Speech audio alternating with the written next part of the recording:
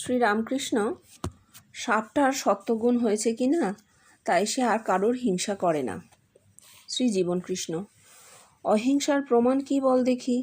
যখনই তুই একটা লোককে দ্বিতীয় ব্যক্তি বলে দেখবি তখনই হিংসা হবে, অর্থাৎ এক থাকলে আর কার ওপর হিংসা করবে, এই প্রকৃত অহিংসা। এই অহিংসার প্রমাণ জগতে কেউই রেখে যেতে পারেনি। মুখে অহিংসা অহিংসা বলে চিল্লালে কি হবে? এখানে আত্মিকে সকলেই আমরা এক। আবার পাঠ কিছুক্ষণ পরে এটা বললাম। এইটা অহিংসা ঠাকুর বলছেন সাপটার সত্যগুণ হয়েছে কিনা তাই কারোর উপর ক্রোধ নাই, হিংসা করে না। সাপটার সত্যগুণ হয়েছে মানে সাপ তো প্রাণ শক্তি, প্রাণ শক্তির প্রতীক, তাই না? এখানে সাপ অবশ্য একটা মানুষ যার মধ্যে প্রাণ শক্তি জাগ্রত হয়েছে। প্রাণ শক্তি জাগ্রত হলে তার তো দেহের গুণগুলো সমস্ত ধীরে ধীরে খসে যাবে, সরে যাবে। তমগুণ থাকবে না, রজগুণ থাকবে না, নিষ্ক্রিয় হয়ে গেছিল না সাপটা। সে নিজের খাবার চিন্তা করতো না। তাহলে এই ধীরে ধীরে সে সাত্ত্বিক হয়ে যাচ্ছে। প্রাণ শক্তি যার সম্পূর্ণভাবে জাগ্রত হবে সেই মানুষটা দেহবোধ থাকলেও তার দেহের গুণটা সত্য গুণ হবে, সাত্ত্বিক হবে। সাত্ত্বিক যে হবে তার তো রিপুগুলোও কমে যাবে না, হিংসা ক্রোধ এগুলো তো রিপু, সেই রিপুগুলোও থাকবে না। এটা ঠাকুর বলতে চেয়েছেন। এইবার জীবনকৃষ্ণ বলছেন সেটা যদি কারোর হয়, কারোর যদি প্রাণ শক্তি জাগ্রত হয় আর সে যদি সত্যি তার দেহটা যদি সাত্ত্বিক দেহ হয়, তাহলে তার যে ক্রোধ হিংসা এগুলো কমে যাচ্ছে সেই প্রমাণ অন্য লোকে পাবে কি করে? সে মানুষটা নিজে টের পেতে পারে, কিন্তু অন্য লোকে তার প্রমাণ কি করে পাবে? হ্যাঁ, তাহলে যখনই তুই একটা লোককে দ্বিতীয় ব্যক্তি বলে দেখবি তখনই হিংসা হবে। এইটা হচ্ছে কথা। অহিংসার প্রমাণ কি? দুই নেই, কাকে হিংসা করবে? হিংসা তো একটা রিপু, তাই না? জাগিয়ে দেয়, মনের ভেতর জাগিয়ে দেয়। এই রিপুটা কখন অ্যাকশন করে? যখন দুই বোধ, যখন আমি ও জগৎ ভিন্ন, যখন আমি আর জগৎ এক, তখন তো হিংসা করবার দ্বিতীয় ব্যক্তি নেই। এই জায়গাটায় যে গেলে তবে অহিংসা। যতক্ষণ দেহবোধ আছে, যতক্ষণ বিভিন্নতা বোধ আছে, ততক্ষণ অহিংসা হয় না। কি করে হবে? একটা প্রাণীকে আমরা ধরো খাবো বলে একটা পাঁটা কাটা হলো, বলছি সাপোজ, তাহলে প্রাণীটার প্রতি কি হলো? হিংসা হলো। একে তো হিংসাই বলে। মেরে ফেলা হলো, হত্যা হলো, প্রাণীবধ হলো। তাহলে এই হিংসাটা কেন হলো? না, আমাদের কোনোদিনই এই একাত্মবোধ আসবে না। বা মানুষে মানুষে যে হানাহানি বাইরে দেহে বস্তুতে, বস্তু বিশ্বে এই হানাহানি চিরকাল ছিল, থাকবে। আমরা ভাবছি এই সময়টা চলে গেলেই সব শান্ত হয়ে যাবে, না, কখনো হবে না। কারণ বস্তু বিশ্বে বিভিন্নতা আছে এবং এসব হিংসা ক্রোধ সব আছে, নেই শুধু আত্মিকে।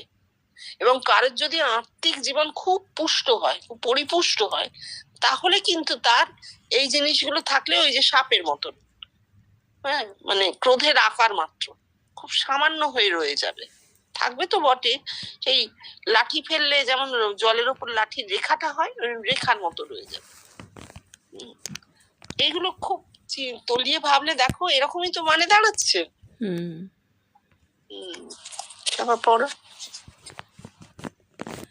আবার পাঠ কিছুক্ষণ পরে শ্রী জীবনকৃষ্ণ বললেন, আমার লাইফটা কীরকম তোরা শুনতে চাস? শোন, একদিনের একটা কথা বলি। অফিস থেকে বেরিয়েছি, বউবাজার থেকে তোপসে মাছ কিনেছি, কিনে ট্রামে উঠেছি। বৈশাখ মাস, আকাশে বেশ মেঘ জমেছে। মেঘ দেখেই দেহেতে ভাব, মহাভাবের কৃপা চলছে, মহাভাবের ক্রিয়া চলেছে। এমন সময় এক বৈষ্ণব পাশে এসে বসল। তাকে এই মেঘ দেখে ভাব মহাভাবের কথা বলতে লাগলাম। তারপর তাকে বললাম, ভাব কিন্তু সত্য নয়, তবু পাশরিতে করি মনে পাশরানা যায় গো। আমি নিজে ইচ্ছে করে পাশরিতে চাই যে তাও নয়, অ্যাজ ইট ইজ। এই রকমই নেশার ঘোরে দিনগুলো কেটেছে, যেন একটা লম্বা ঘুমেছিলাম। আজ এই 2 বছর কয়েক মাস হলো সেই ঘুম ভেঙেছে। এই বলে গানের ছলে বলতে লাগলেন, আমার ঘুম ভেঙেছে আর কি ঘুমাই, যোগে জাগে জেগে আছি, আমার যোগনিদ্রা তোরে দিয়ে মা ঘুমেরে ঘুম পাড়ায়েছি। বুঝলি কিছু? পর পর। হ্যাঁ, বুঝি আর না বুঝি ধারণা করতে চেষ্টা করতে হবে, চর্চাটা করতেই হবে। আচ্ছা, উনি ওনার জীবনটা বলছেন, যে জীবন আর কারোর হবে না। একটি মানুষের জীবন আরেকটি মানুষের কখনো হয় না, ব্যবহারিক জীবন। এটা একটা অদ্ভুত ব্যাপার। সেটাই উনি বলছেন যে অফিস থেকে বেরিয়েছেন, মাছ কিনেছেন, ট্রামে উঠেছেন, মেঘ দেখে দেহে মহাভাব হচ্ছে।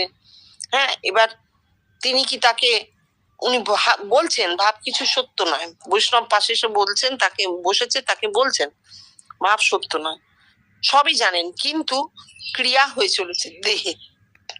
তিনি না ক্রিয়ার জন্য কিছু সাধনা করেছেন, না সেই ক্রিয়া বন্ধ করার জন্য কিছু করেছেন। বলছেন অ্যাজ ইট ইজ, হচ্ছে হচ্ছে, কিন্তু তিনি জানেন এটা সত্য নয়। কেন?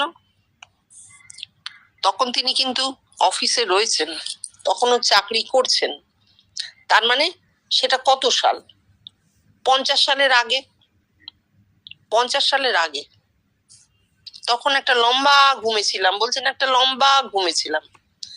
তাহলে তখন কি তাঁর ব্রহ্মত্বের কথা তিনি জানতেন না? না, তিনি তো বলছেন আমার অভাব মুখ চৈতন্য, জানতেন না। জগৎ না জানালে জানতে পারেননি, অথচ তার ব্রহ্মত্ব তখন ক্রিয়াশীল হয়ে গেছে, লোকে দেখতে শুরু করে দিয়েছে। নির্গুণের কথা তো জানতে পারা যায় না, নির্গুণে ক্রিয়া চলছে, যেটা তার দেহে নামছে সগুণে, ওই ভাব, মহাভাব, সমাধি ইত্যাদি, সেইটার কথা তিনি বলতে পারছেন। সগুণে নেমে আসছে, তার দেহে নামছে। কিন্তু নির্গুণ তো দেহে নামবে না, নির্গুণ জগৎ ব্যাপ্ত হবে। তখন নির্গুণের ক্রিয়া শুরু হয়ে গেছে, কিন্তু তিনি জানতে পারছেন না। এইটা একটা অদ্ভুত ব্যাপার যে তিনি জানতে পারছেন না।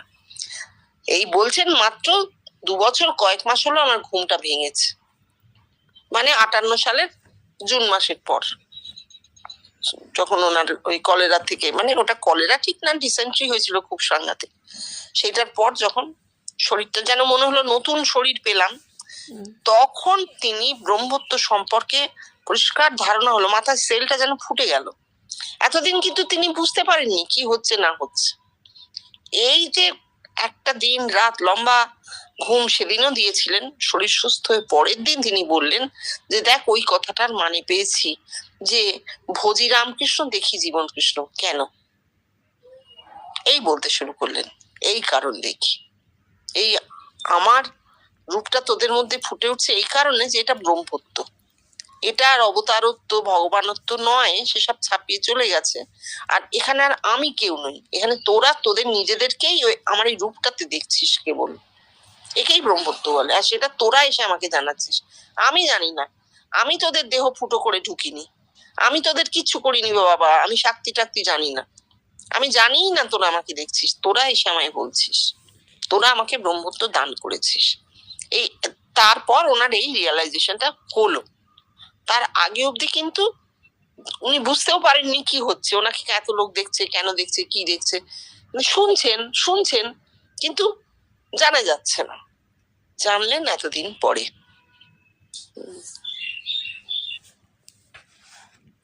শ্রীরামকৃষ্ণ মাস্টারের প্রতি। এতক্ষণ কি দেখছিলাম জানো? ব্রহ্মাণ্ড একটি শালগ্রাম, তার ভেতর তোমার দুটো চক্ষু দেখছিলাম। শ্রীজীবন কৃষ্ণ শালগ্রাম প্রতীক, আত্মার প্রতীক, আত্মা নয়। ঠাকুর শালগ্রামের মধ্যে মাস্টারমশাইয়ের দুটি চোখ দেখেছেন, আত্মার মধ্যে জগৎ। দুটি চোখ, পার্ট ফর দ্য হোল। ঠাকুরের ম আর রা, ম মানে ঈশ্বর, রা মানে জগৎ। আবার যখন বলছেন আমি প্রত্যেকের ভেতর সেই শালগ্রাম দেখি, এর অর্থ প্রত্যেকের ভেতরেও সেই একই আত্মা, কল্পনার প্রসার মাত্র, কারণ এই দর্শন ঠাকুর একাই করছেন। আর এখানে কি হচ্ছে?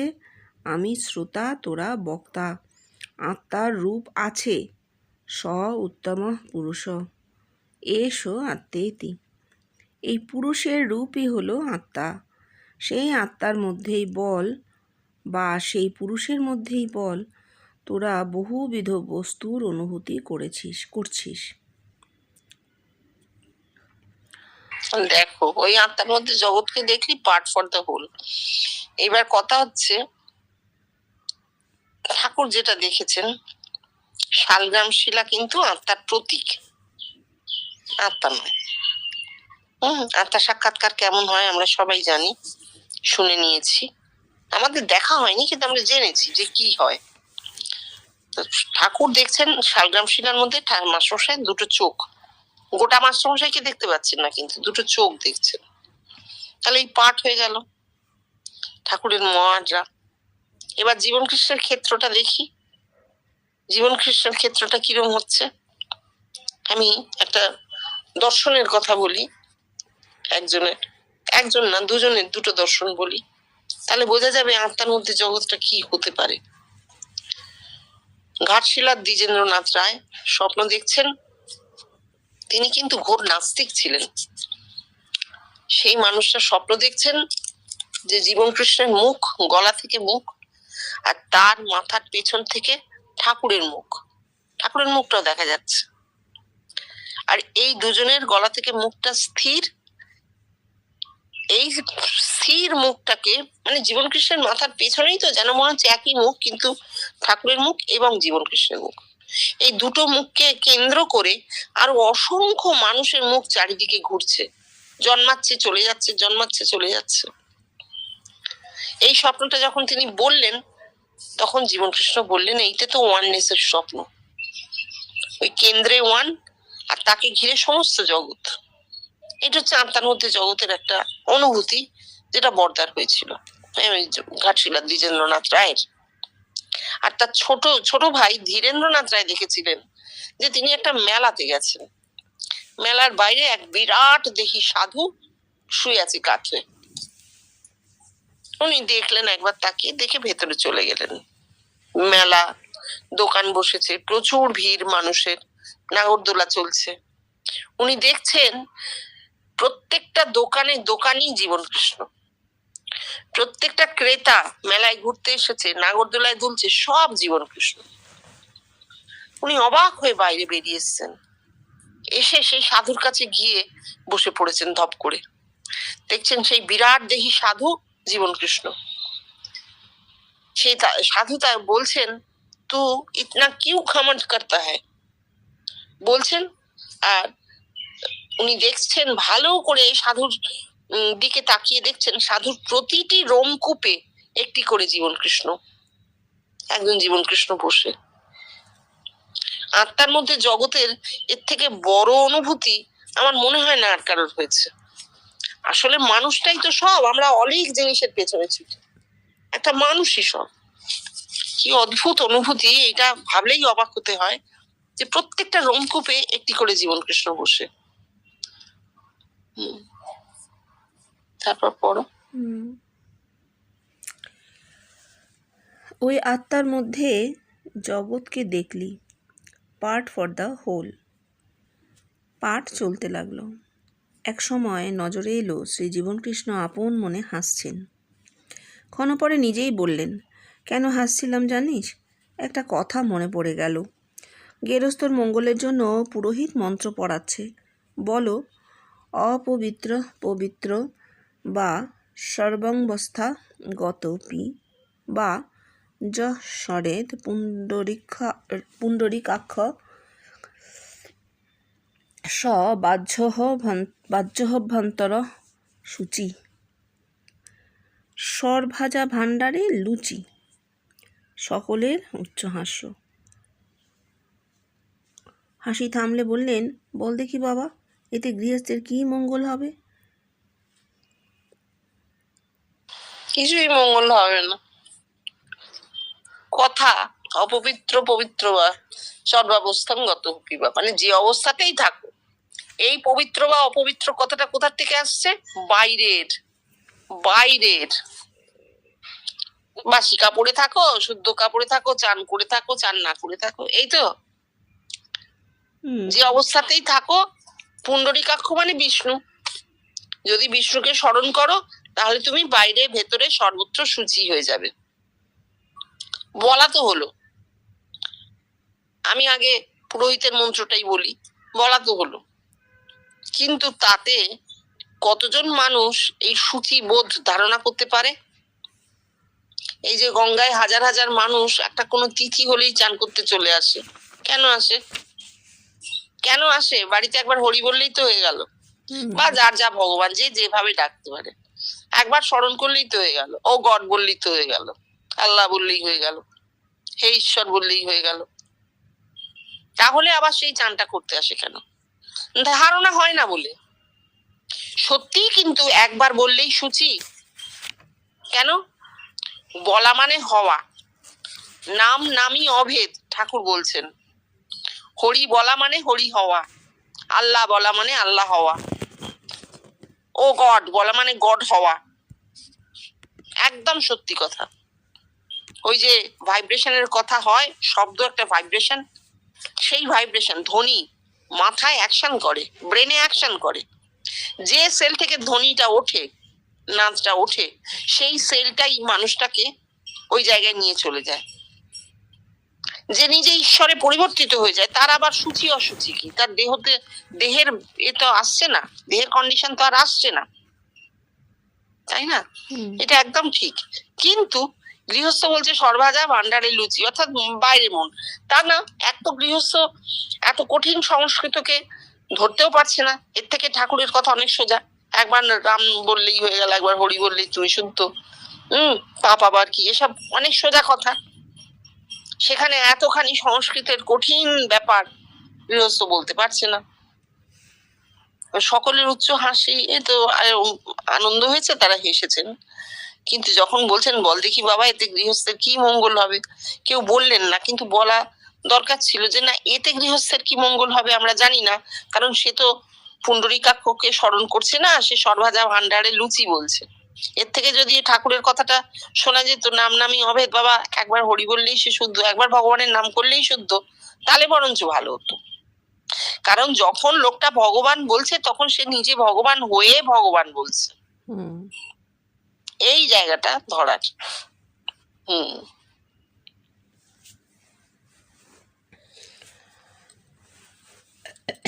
ওই আত্মার মধ্যে, ও না ওটা পড়েছি, শ্রী রামকৃষ্ণ মা আমায় দেখিয়ে দিলেন তিনিই সব হয়ে রয়েছেন, শ্রী জীবন কৃষ্ণ। আর আমি কি দেখছি জানিস? দীর্ঘকাল তোরা আমায় দেখেও চললি, আর সে কথা তোরা আমায় বলেও চললি, তাই তোরা আমায় দেখিয়ে দিলি তোদের সকলের মধ্যে আমি। এখন আমি তোদের সকলকে আমার মধ্যে দেখছি। এসব দর্শন সম্পূর্ণ প্রমাণের ওপর ভিত্তি করে। আর ঠাকুরের মা আমায় দেখিয়ে দিলেন তিনিই সব হয়ে রয়েছেন, সেইটাই ইমাজিনারি। পরিচ্ছেদ শেষ করে পাঠক আজকের মতন পাঠ বন্ধ করার অনুমতি চাইলেন। শ্রীজীবন কৃষ্ণ: ঠিক আছে বাবা। ঠাকুরের মা মানে তো ঠাকুরের দেহ, বা ঠাকুরের ইষ্ট, বা ঠাকুর সগুণ ঈশ্বর বোঝাতেও মা বলেছেন। তাহলে ঠাকুর কোথায় দেখছেন? নিজের ভেতরে দেখছেন। মা আমায় দেখিয়ে দিয়েছেন তিনিই সব হয়েছেন। এখন কথা হচ্ছে তিনি তো নেই, এই মা তো ঠাকুর নিজেই, ঠাকুরের দেহই মা, এবং দেহটা ওই চৈতন্যময়ী মা। তাহলে তিনি নেই, তুমিও নেই, আছে কে? ঠাকুর নিজেই আছেন, ঠাকুর নিজেই সব হয়ে রয়েছেন, এটাই তিনি দেখছেন ভেতরে। কিন্তু ঠাকুরের যেহেতু ওই বেশির সাধন, তাই জন্য দ্বৈতবাদের একটা সূক্ষ্ম রেখা রয়ে গেছে।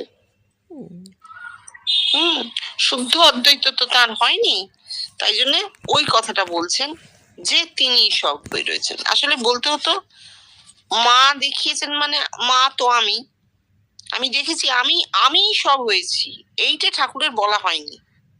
এর পেছনে কারণও ছিল, কারণ আমি সব হয়েছি তিনি বলবেন না, বলবে জগৎ। উল্টো দিক থেকে কথাটা আসেনি বলে ঠাকুরের মুখ থেকে এই কথাটা বার হয়নি। অসত্য তো আর তিনি বলতে পারেন না, এটা ইমাজিনারি, জীবন কৃষ্ণ বলছেন ইমাজিনারি, কাল্পনিক, এতটা কঠিন করে না বললেও আমরা বুঝতে পারছি যে ঠাকুর দেখেছেন। অবশ্যই ঠাকুরের দর্শন হয়েছে, ঠাকুর তো সত্যে প্রতিষ্ঠিত, তিনি তো আর অসত্য বলবেন না। 100 বার তিনি দেখেছেন এই জিনিস, যে এই জগৎ তাঁরই, মানে তিনিই হয়ে রয়েছেন, জগৎ তিনি, জগৎও তিনি অভিন্ন, এটা দেখেছেন। কিন্তু উল্টো দিক থেকে, জগৎ থেকে এই কথাটা তার কাছে আসেনি, প্রমাণটা আসেনি। ওই যে দীর্ঘকাল আমায় তোরা দেখলি আর আমায় বললি, তাই তো আমায় দেখিয়ে দিলি তোদের সকলের মধ্যে আমি, এই জিনিসটা ঠাকুরের কাছে হয়নি। এই সম্পূর্ণ প্রমাণটা হয়নি, একদিকে দেখেছেন, উল্টো দিক যেটা, সেটা হয়নি বলে ঠাকুর কথাটাকে এই ভাঁজে ফেলে বলেছেন। নাহলে ঠাকুরও দেখেছেন যে তিনি সব হয়ে রয়েছেন, এই জগৎ নিজের রিফ্লেকশনে জগৎ, এটা ঠাকুর দেখেছেন, কিন্তু বলেননি। এটা তো সময়ের ব্যাপার না, বিবর্তনে উঠে এসেছে তাই বলা হয়েছে। তখন যদি এই বিবর্তন স্থান পেত বলা হতো। ঠিক আছে, বলো পরেরটা। 27 সেপ্টেম্বর মঙ্গলবার। পুরুষ প্রকৃতি সম্বন্ধে শঙ্করাচার্য, শ্রীরামকৃষ্ণ ও শ্রীজীবনকৃষ্ণ। শ্রীজীবনকৃষ্ণ লীলা প্রসঙ্গে ঠাকুর শঙ্করের পুরুষ প্রকৃতি বোঝাতে গিয়ে এই কাহিনীটা বলেছেন। বাড়িতে উৎসব, বাড়ির কর্তা তাকিয়ায় হেলান দিয়ে বসে আছেন, গড়গড়ায় মুখ দিয়ে, আর গিন্নি ছুটাছুটি করে বেড়াচ্ছেন। মাঝে মাঝে এসে কর্তাকে এটা ওটা জিজ্ঞাসা করে চলে যাচ্ছেন। এ দেহতত্ত্বে যৌগিক রূপ কি শুনবি? মন সুষুপ্তিতে চলে গেল, ফিরে তেজসে আসছে। তেজস আত্মিক স্বপ্ন দান করছে। এই স্বপ্ন তেজস স্মৃতিকে দিচ্ছে, স্মৃতি জীব চৈতন্যকে দিচ্ছে, জীব চৈতন্য তোমায় ভাষা দিচ্ছে। স্থূলে তোমার দর্শনের কথা জগৎ শুনছে, পুরুষই সব। ও অদ্ভুত, কি অদ্ভুত। শঙ্করের পুরুষ প্রকৃতি বোঝাতে গিয়ে ঠাকুর গল্প করেছেন কি, বাড়িতে উৎসব, কর্তা তাকিয়া ঠাসান দিয়ে বসে আছে, গিন্নি ছুটোছুটি করছে, কাপড়ে হলুদ লেগে আছে, ছুটোছুটি করে সব সামলাচ্ছে। কর্তা কিন্তু চুপ করে বসে আছে, গড়গড়ায় মুখ দিয়ে। কর্তা কেন বলা হচ্ছে? সে তো কিছু করছে না, সে তো বসে আছে। তাহলে সে কর্তা কি করে হচ্ছে? এই জন্য হচ্ছে যে তার শক্তিতেই সব কাজটা চলছে। কর্তা না থাকলে গিন্নির কোনো কর্তৃত্বই নেই, গিন্নির কোনো ক্রিয়া নেই কর্তা না থাকলে। কর্তা আছে বলে গিন্নির ক্রিয়া আছে, এটা বাইরে দেখতে পাচ্ছি, বাইরের জগৎ। এবার আত্মিকে তো কর্তা গিন্নি একজনই, এই দেহটা হচ্ছে গিন্নি, আর কর্তা ভেতরে বসে আছে, অন্তর্যামী, তাই তো? সেই অন্তর্যামীর পরিচালনাতেই দেহটা নড়াচড়া করছে, আর তো কিছু না। প্রাণই কর্তা, প্রাণ আত্মা যা বলো সেই কর্তা। সেই কর্তার পরিচালনায় দেহটা পরিচালিত হচ্ছে, দেহের নিজস্ব কোনো ক্রিয়া নেই। কর্তা যদি দেহ ছেড়ে চলে যায়, দেহ মরে পড়ে থাকবে, কোনো ক্রিয়া নেই। এইবার উনি বলছেন অন্য কথা, এটা তো ঠাকুরের কথার যৌগিক অর্থ হয়ে গেল। উনি বলছেন দেহতত্ত্বে যৌগিক রূপ কি শুনবি? মন সুষুপ্তিতে চলে গেল, অর্থাৎ নিষ্ক্রিয় হয়ে গেল, ক্রিয়া নেই। মন সুষুপ্তিতে গেলে তো মন ঘুমিয়ে পড়েছে, ক্রিয়া নেই। সেই সুষুপ্তি থেকে ফিরে তেজসে আসছে। তেজস কোনখানটা? তেজস থেকে, তেজস ব্রেনের সেই সেলগুলো যেখানে দেহবোধটা নেই, অথচ মন ফিরছে, মন আছে, দেহবোধ নেই। সেই মন তেজসে আসছে যখন, কি হচ্ছে? তেজস আত্মিক স্বপ্ন দান করে। দেখো কি অদ্ভুত। অর্থাৎ আমরা নিদ্রিত অবস্থায় যখন স্বপ্ন দেখি, তখন যে মন ক্রিয়াশীল হয়, সেই মন আর এমনি মন তো এক নয়। জেগে উঠে যে মন আর স্বপ্নের মন, তুমি চিন্তা করো দুটো কি এক? না না। স্বপ্নে যে মনটা যায়, সেটা কি হচ্ছে? সুষুপ্তিতে সম্পূর্ণ নিষ্ক্রিয় মনটা তেজসে আসছে, একটা অন্য অবস্থান, তার দেহে অবস্থান নয়। এই তেজস তাকে আত্মিক স্বপ্ন দান করছে। এই মন এই স্বপ্ন দেখছে, সেই স্বপ্ন যদি স্মৃতিতে আসে, কিভাবে আসে? তেজস যদি স্মৃতিকেও দেয় স্বপ্নটা, মনকে তো দিয়েছে, মন দেখেছে, এবার স্মৃতিকেও যদি দেয়, তখন যখন জেগে উঠবে মানুষটা, সেই সচেতন মনে ওই স্বপ্নটা মনে পড়বে, নাহলে মনেই পড়বে না। আমরা বলি না অনেক সময়, খুব ভালো কিছু দেখেছি, কিন্তু কি দেখেছি মনে করতে পারছি না। অর্থাৎ মন সুষুপ্তি থেকে তেজসে গেছে, সেখানে স্বপ্ন চৈতন্য তাকে দান করা হয়েছে, কিন্তু তেজস স্মৃতিকে সেটা দেয়নি, মেমারিতে নেই। তাই জন্য ঘুম থেকে উঠে আর বলা যাচ্ছে না যে কি দেখলাম, অথচ বলছি যে অদ্ভুত দেখলাম, কি যে দেখলাম বলতে পারছি না। বা অনেকগুলো স্বপ্ন দেখলাম, হয়তো দুটো মনে পড়লো, বাকি মনেই পড়লো না। তেজস স্মৃতিকে দেয়নি, তাই জন্য স্মৃতিকে দিলে কি হবে? তখন সচেতন জীব চৈতন্য কি মানে দেহের যে চৈতন্য, জাগ্রত দেহে স্বপ্নটা বলা যাবে, জেগে উঠে স্বপ্নটা বলতে পারা যাবে, ভাষা দিচ্ছে স্থূলে, এবং বলা যাচ্ছে এই দেখেছি, সেই দেখেছি, ওই দেখেছি, তখন জগৎ সেটা শুনছে। তাহলে পুরুষই সব, অর্থাৎ দেহ যদি প্রকৃতি, তো দেহ আদ্যা শক্তি প্রকৃতি, এই দেহ কিন্তু স্বপ্নটা বলতেই পারবে না যদি না পুরুষ তেজস স্মৃতিকে তা দান করে। দেখো কোথায় চলে গেছেন উনি, কোথা থেকে কোথায় নিয়ে গেছেন এটার অর্থ করতে। যে এই যে তেজসে স্বপ্ন দেখা হচ্ছে, মন সুষুপ্তি থেকে তেজসে যাচ্ছে, তেজস হচ্ছে পুরুষ, প্রাণের বীজ, সেইখানে সেই তেজস তাকে স্বপ্ন দান করছে, আবার তেজস স্মৃতিকে সেই স্বপ্নটা জানিয়েও দিচ্ছে। তাই জন্য জেগে উঠে মানুষটা যখন আবার জেগে উঠছে, অর্থাৎ প্রকৃতিতে ফিরছে, যখন গিন্নি হচ্ছে, বাড়ির গিন্নি, তখন সে সেই স্বপ্নটার কথা বলতে পারছে, ভাষায় বলতে পারছে। স্বপ্নটা এলো কোথা থেকে? তেজস দান করেছে, পুরুষ দান করেছে। অথচ পুরুষকে বাড়ি থেকে দেখা যাচ্ছে না, সে কর্তা তো বসে আছে তাকে ঠেসান দিয়ে, তাকে দেখা যাচ্ছে না, দেখা যাচ্ছে দেহটাকেই ছুটোছুটি করছে, এবং দেহেই ভাষা, গলা থেকে ভাষা বেরিয়ে আসছে যে এই দেখেছি, সেই দেখেছি। ও অদ্ভুত ব্যাপার, অদ্ভুত অর্থ। এই অর্থ উনি না করলে আর কেউ করতেও পারবে না, এটাও কিন্তু খুব সত্যি কথা। এটা ওনার পক্ষেই সম্ভব এই অর্থটা করা। দেখো আমরা হাজার চেষ্টা করলেও আমাদের মাথাতে এত দূর আসবে না। আমাদের মাথাতে কত দূর আসবে সেটা আমি তোমাকে বলে দিলাম প্রথমটায়, ঠাকুরের ওই কর্তা গিন্নির কথায়, যে পুরুষের যোগে প্রকৃতির ক্রিয়া, মানে প্রাণ আছে তাই দেহটা ক্রিয়া করছে, প্রাণ যদি দেহ ছেড়ে চলে যায় দেহের ক্রিয়া শেষ। অথচ প্রাণকে আমরা উপর থেকে কিছুই বুঝতে পারি না। প্রাণ বলতে কোনো মানে সেই রকম কোনো কি বলবো ট্যাঞ্জিবল বস্তু কারোর সামনে আমরা রাখতে পারি না যে এই হলো প্রাণ, তাহলে তো এতদিনে বিজ্ঞানের হয়ে গেছিল, সব বার করে করে দেখিয়ে দিত এই যে প্রাণ, তা হয়নি। তাহলে প্রাণে এইটা ঠাকুরের কথা আমরা বলতে পারি, কিন্তু উনি যেখান থেকে বললেন সেটা একটা অদ্ভুত জায়গায় টেনে নিয়ে গেলেন। এটা একদম আসতো না। আচ্ছা, আজকে এই অবধি